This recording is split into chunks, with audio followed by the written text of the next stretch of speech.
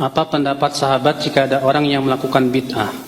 Apakah hukum person kita apa sini bid'ah atau hanya perilakunya saja? Artinya personnya disebut ahli bid'ah atau tidak begitu? Apakah setiap orang yang jatuh kepada bid'ah langsung kita cap ahli bid'ah? Tidak ya akhi. Ya. Ini akhi, Ahlussunnah wal Jamaah itu bukan orang yang mudah ngecap orang lain sesat. Tidak setiap orang yang jatuh kepada kekafiran langsung disebut pelakunya apa? Kafir. Sebagaimana ini juga tidak setiap orang yang jatuh kepada perbuatan bid'ah langsung kita cap pelakunya apa? Bid'ah, ahli bid'ah maksudnya. Dan beda Pak, antara bid'ah dengan hukum bid'ah dengan hukum kafir itu jauh beda. Hukum ahli bid'ah itu masih muslim, tapi hukum kafir artinya keluar dari Islam. Nah kita ini Pak, yang suka ngomong ini bid'ah itu bid'ah, dituduhnya apa? Suka kafir-kafirin.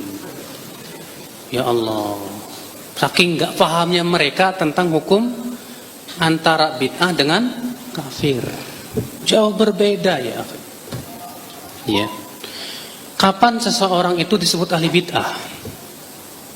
Syekhul Islam Taimiyah mengatakan, seseorang yang disebut ahli bid'ah itu apabila jatuh kepada bid'ah yang disepakati oleh seluruh ulama bahwa itu bid'ah. Paham tidak? Paham gak Pak? Jadi seorang disebut ahli bid'ah itu kalau dia jatuh kepada apa? Bid'ah yang disepakati oleh para ulama seluruhnya akan kebid'ahannya. Ya. Saya ingin berikan contoh Pak, di zaman Rasulullah ada orang yang jatuh kepada bahkan kekafiran, belum dikafirkan oleh Rasulullah. Karena ketidaktahuan dia. Karena apa? Saya berikan contoh.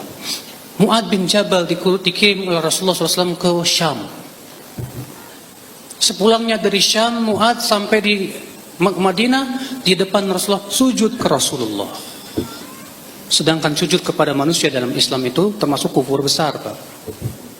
Apakah Rasulullah mengatakan kepada Mu'ad, hai Mu'ad kamu kafir? Tidak. Rasulullah bersabda apa?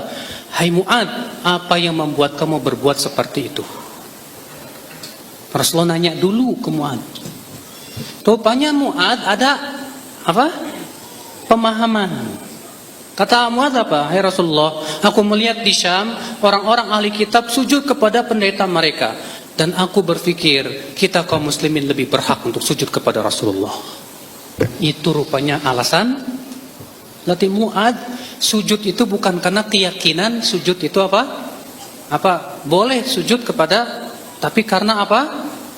Ada syubhat. Ada apa namanya? Ada syubhat.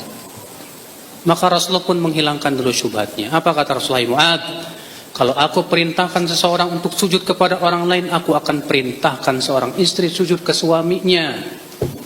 Maksudnya bahwa sujud itu hanya untuk Allah. Dihilangkan dulu. Gak paham. Banyak orang Pak jatuh kepada bid'ah karena ada syubhat pemikiran. Maka bedakan antara orang yang memang sengaja ngikutin hawa nafsu dengan orang yang tidak mengikuti hawa nafsu tapi jatuh kepada kesalahan akibat pertama kebodohan atau karena ada suatu perkara yang dia anggap itu sebagai sebuah apa? Dalil dan hujah, padahal bukan sebetulnya. Maka harus dihilangkan dulu Pak. Makanya Syekhul Islam Taimiyah mengatakan apa? Tidak boleh seseorang dikafirkan akibat kesalahan sampai ditegakkan dulu hujah atau dihilangkan darinya syubhatnya. Begitu Pak. Jadinya kita ini Pak di zaman sekarang jangan lebih semangat memvonis, tapi semangatlah untuk mendakwahi, menegakkan hujah. Naam ya akhwal Islam.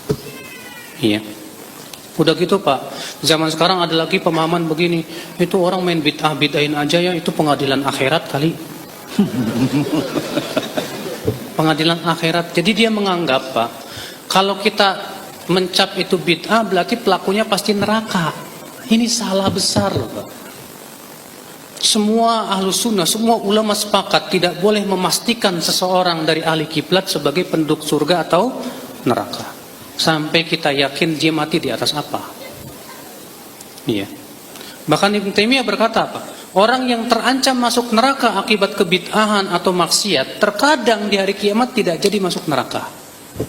Kenapa? Bisa jadi karena adanya taubat, kita tidak tahu. Atau dikarenakan adanya hasanat, kebaikan yang luar biasa besar. Atau bisa jadi karena kan dia ditimpa musibah yang berat sehingga Allah gugurkan dosa-dosanya. Atau dia dapat syafaat. Iya. Paham tidak Pak? Ini keyakinan Ahlussunnah Pak. Makanya kalau ada orang bilang itu orang suka ngebid'ahin berarti neraka dong. Kita jadi dianggap penduduk api neraka semua. Ini sebetulnya sengaja mereka ucapkan itu untuk memprovokasi aja Pak. Kita ketika menghukumi suatu perkara itu bid'ah, tidak sama sekali konsekuensinya pelakunya pasti ahli bid'ah. Ini yang pertama. Apalagi untuk memastikan pelakunya neraka, ini lebih jauh lagi. Itulah akibat daripada kurang ilmu Pak. Kurang apa?